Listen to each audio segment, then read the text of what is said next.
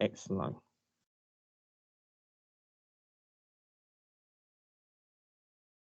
So we know this point over here, this is our Y25. This point here, this is our X25. Okay.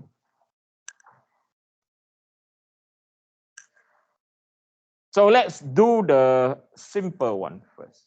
Okay, let's do the normal stress first.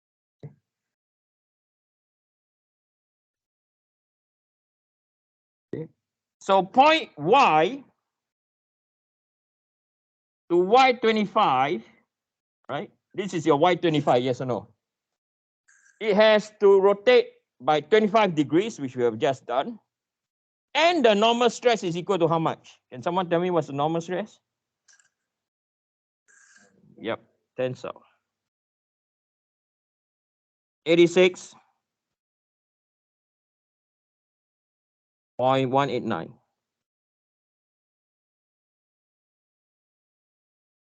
Okay, all right. Then from point X, the one in blue, rotate to X25. What's the normal stress? Well done. 56.189.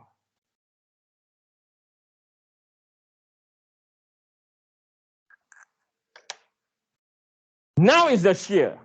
Okay, and I want you to like just listen to me first. Okay, finish copying that part. Just listen to me. Okay. And it's not difficult. It's very visual. Okay, it's not difficult. It's very visual. Okay, watch this. I want you to watch Y25. Okay. Now Y25 over here is down here. Yes or no? This is our Y25. The element has to rotate in what direction? Counterclockwise. So on Y, okay, on Y25, the arrow, the shear has to go up or come down to make it anti-clockwise.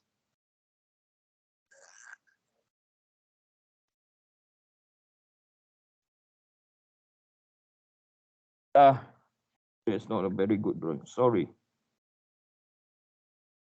It has to do what? It has to go up to induce an anti-clockwise direction, same like this. Are we clear? Let's do another one. Okay.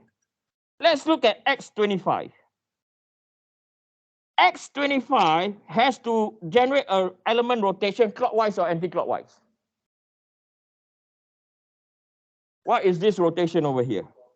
Clockwise.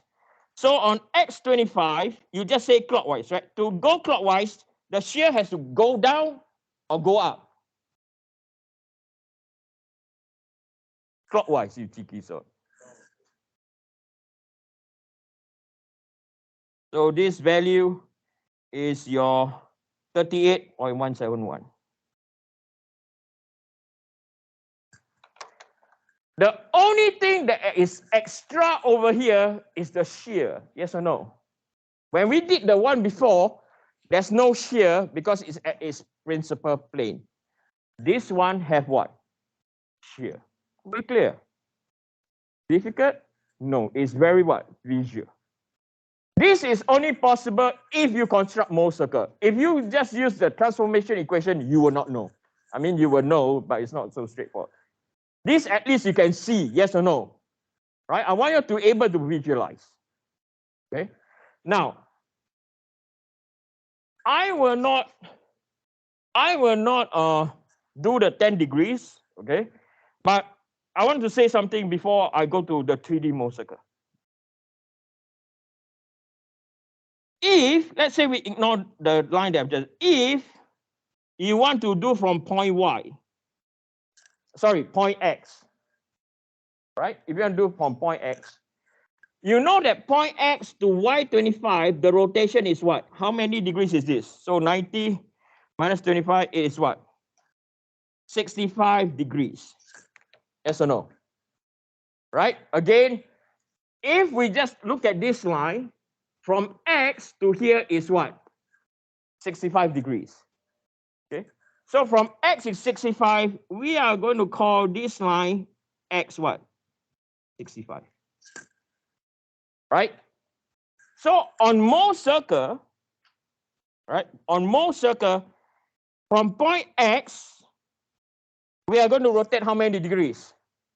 100 and what? 130. So from point X to 130 degrees, this is 130 degrees, and this point is also your what? X 65. Okay, so I use my protractor to measure. It is 130 degrees. Okay, you can print this out and you measure on your own. From point X to there is 100 and what? 30 degrees. Okay, so this angle over here is 130 degrees. What I'm trying to say, either you take from point Y or from point X, your answer will be the same.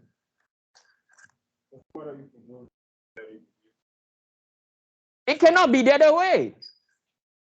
Why it cannot be the other way? Because you have to follow this way. So is it clockwise or anti-clockwise? Yeah, so is it clockwise or anti-clockwise? There you go. You cannot just switch. You are like a freedom fighter, you know, you just want to go anywhere, you cheeky soul. Okay? Are we clear? Hey? You're afraid to us. No, you're not afraid to us. Yeah, too shy. Okay? So this is the most complicated thing you can do with a 2D Mohr circle. Okay, there's no more. This is like the ultimate already. Once you can do all this, okay, you master Mohr circle. Is it difficult? It's not difficult at all. It's just getting used to it. Are we good? Okay, now I'm going to make matter worse. I'm so famous for that. We're going to do 3D Mohr circle from here. Yeah, now. It's not difficult at all. Okay, we're going to do 3D Mohr circle. Okay, then once I show you 3D Mohr circle, like, is that it? Okay, it's easy. I'll show you why is it easy. Okay, so now we go into 3D Mohr circle with the same problem. Huh? Okay, so now we do 3D Mohr circle.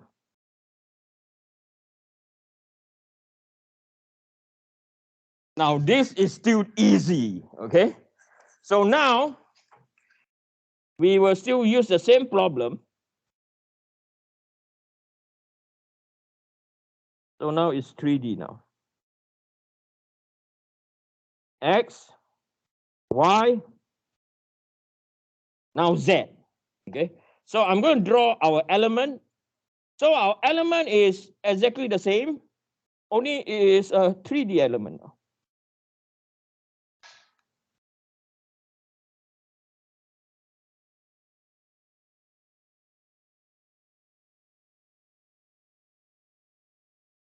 Okay, so our original question, we have what? We have minus 60, 90.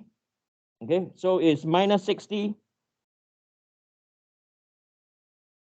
90. And then we have our shear at where? 30, yes or no? Right? So I'm going to copy the same Mohr circle like we initially do.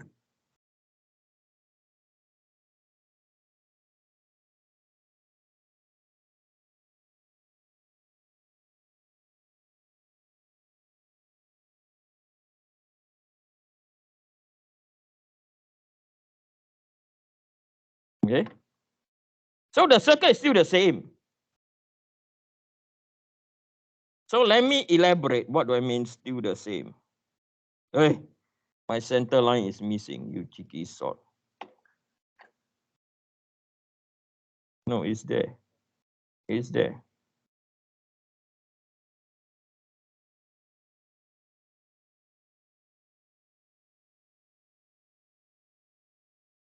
Hey, something move, and I don't like what I see. I wonder why.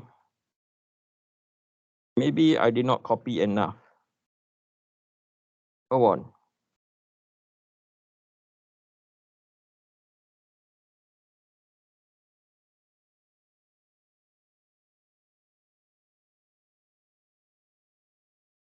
Yeah, this is better now.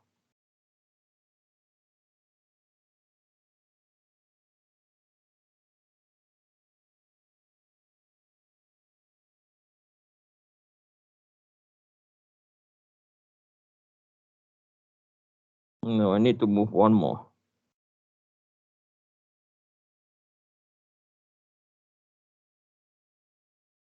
Okay, this is better now. Okay. So this is our 3D element now. We still do the same thing, right? We find where is our point X, right? Still the same. We found where is our point Y. Now we have an extra point. Okay. The extra point is known as our point Z. Okay. So for this case, stress Z is equal to 0. Okay. For this case, we know that we have stress X is equal to minus 60. Stress Y is equal to 90. Shear XY is equal to shear YX is equal to positive 30. Right? And then shear XZ is equal to shear ZX, right? Is equal to 0. Shear YZ is equal to shear ZY is equal to what? 0. Right? That's what it means down here on the element.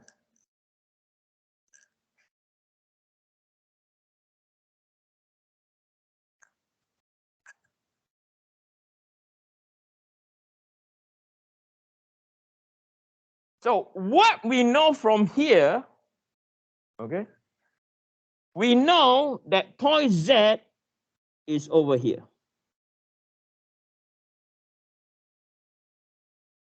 Because point Z has 0 normal stress and point Z has 0 shearing stress. Yes or no? So point Z is exactly at the center. So from here, in 3D Mohr circle, you don't draw a sphere, okay? You just draw 3 circles. I repeat again, 3D Mohr circle is you don't draw a sphere, okay? You just draw how many? 3 circles. What do I mean? So now we can draw 2 more circles. From point Z,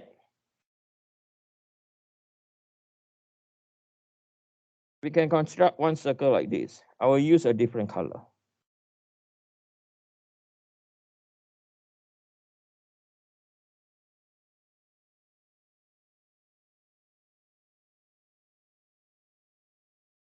So let me count. 2, 4, 6.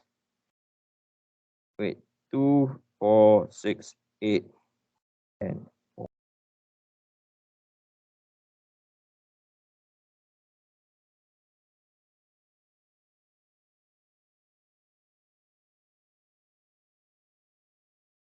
1, 2, 4, 6, 8, 10, so 4.5, 5, 4 and a bit to the half.